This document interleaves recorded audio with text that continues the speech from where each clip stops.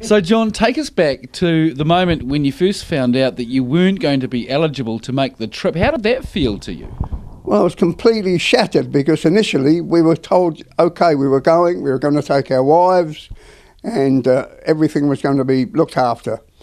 About a month later, I got this letter from the Veterans Affairs to say that anybody who did not have a Royal New Zealand Air Force number was no longer eligible to go, which was completely shattering because, after all, we were in the same Air Force during the war. We were in Bomber Command together, we lived together, we flew together, we died together. But, so it was really a bitter disappointment. So I thought, well, where do we go from here? Nowhere. So I cast it from my mind virtually. So that's how I felt. I felt awfully, awfully disappointed about the whole thing. Well, obviously things have changed quite a bit since that moment, and people have really stepped in around the community. Look, I just wanted to say thanks to everybody. We cannot believe the overwhelming generosity of people.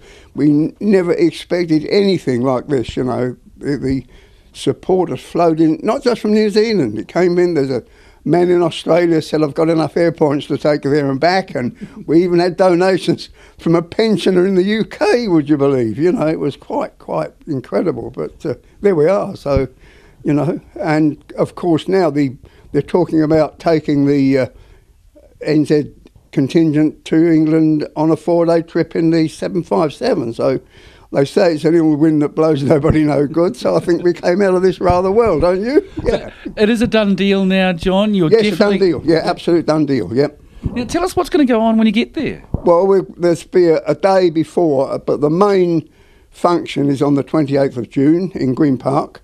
Mm-hmm. There's about 800 seats reserved for veterans and another 2,000 for support people like wives, partners, so forth and so on. And the Queen will be there. She hasn't got far to go. I mean, Buckingham Palace is only across the road from Green Park, you see, so they can get there quite easily.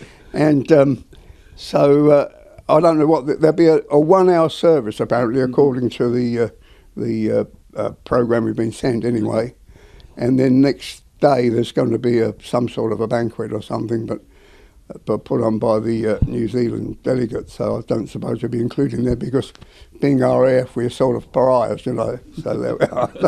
Are you aware if there will be men there that you flew with? Well, that picture over on the wall there's the bottom one of what was remaining of our squadron in 1985, I think it was. I can only locate 2 are still with us. Yep. The others have gone to the big officers' mess up in the sky, you see. Okay, so you'd be looking forward to at least touching base with... Oh, well, I've already contacted those. Yeah. And with a bit of luck, we're taking a bit of time off after this ceremony for a few days and be able to... Hopefully there's enough money for us to go and see them. One's in Norfolk and the other one's down in Somerset, so it will involve a bit of travel, so that's our intention. Once you've been and returned, John, we're going to have to ask you for another interview and just find out how it all went and how the occasion was for you. If there's anything left of me by then, yes. But anyway, that's fine. I don't mind at all now. I'm starting to get used to this business because I'm not by nature a public speaker, you understand. Hey, look, congratulations. Yeah. It's great to see the smile on your face. Yeah, oh, it's good. Yeah, we're absolutely happy. And this really does mean a lot to me, more than the average person would know because they weren't there and I was, because let's face it, bombing during the war wasn't the most pleasant of things to do, and it did leave its scars and it did leave its memories. So it'll be nice to get together with those people that I still know and, of course, people I didn't know because we're all going to be part of the same age-old memories, it was 70 years ago now, wasn't it? That's right. Well, there you go.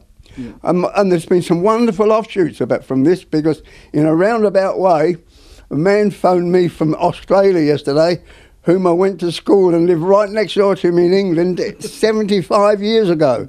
Wow. And he got on the phone and an hour later he was still talking, so I don't know what his telephone bill was.